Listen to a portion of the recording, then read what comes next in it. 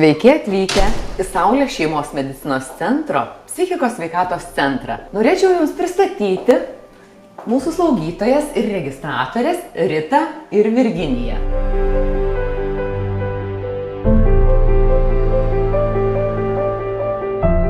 Sveikatos psichikos slaugytoja pirmiausia tiek telefonu, tiek pasitinka pacientus, išklauso juos ir nukreipia pas specialistus. Pas mus yra komandinis darbas, tai gydytojas psichiatras, psichologas, socialinis darbuotojas ir slaugytoja. Galima kreiptis ne tik esant sveikatos sutrikimam ar esant psichologiniam problemom. Čia atliekami ir profilaktiniai sveikatos tikrinimai. Dirbantiesiems ir norintiems įsidarbinti, vairuotojo pažymėjimui gauti, norintiems gauti leidimą įsigyti šaunamąjį ginklą, stojantiems į profesinės ir aukštąsias mokyklas, norintiems globoti kitą asmenį, vykstantiems į užsienį. Profilaktiniai sveikatos tikrinimai prisirašiusiems prie Saulės šeimos medicinos centro pacientam ir apdraustiesiems privalomojo sveikatos draudimu atliekami nemokamai. Tačiau centras teikia maloniai paslaugas ir kitiems pacientams, kurie yra prisirašę kitose gydymo įstaigose ir nori gauti konsultacijas centre. Čia dirba vaikų ir paauglių psichiatrė Eglė. Sveiki, mūsų centre aš konsultuoju vaikus ir paauglius. Į vaikų paauglių psichiatrą reikėtų kreiptis tuomet, kai norite pasitarti dėl vaikų raidos ar gebėjimų, auklėjimo bei tarpusavio santykių klausimų. Reikėtų kreiptis ir tuomet, kai keičiasi vaiko ar paauglio elgesys, bet tam nėra aiškių priežasčių.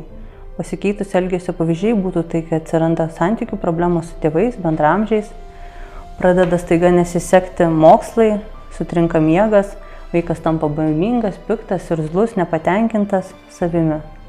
Taip pat konsultuojama dėl nuotaikos ir nerimo, valgymo, aktyvumo ir dėmesio sutrikimų, po sunkių psichologinių išgyvenimų, pavyzdžiui, tėvų skyrybų, netekčių ar patirto smurto. O dabar noriu pristatyti psichiatrę, kuri konsultuoja vaikus, suaugusius ir šeimas. Ji ta psichiatrė Ilona Braitienė. Labą dieną. Esu Ilona Braitienė, esu vaikų, paauglių ir suaugusių psichiatrė. Vaikų ir paauglių problemos geriausiai yra pastebimos šeimos rėmuose.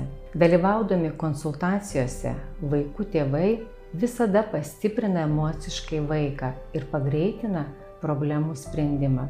Konsultuojant visą šeimą galima geriau suprasti paslėptus tarpusavio sąveikos modelius, kas gali turėti įtakos vaiko ir paauglio elgesio ir emocinių sutrikimų atsiradimui. Todėl į konsultacijas kviečiu atvykti visai šeimai. O čia dirba medicinos psichologė Kristina Javaitienė. Sveiki, esu psichologė Kristina. Į psichologo konsultaciją gali kreiptis įvairaus amžiaus žmonės ir vaikai.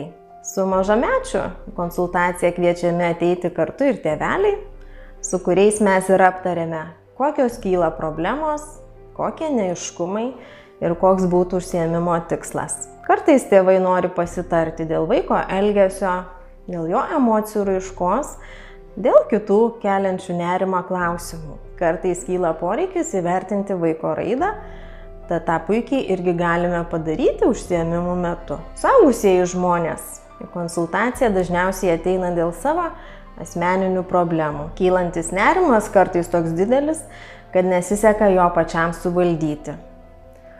Kyla problemų šeimoje, tarp sutuoktinių, kyla sunkumų darbe.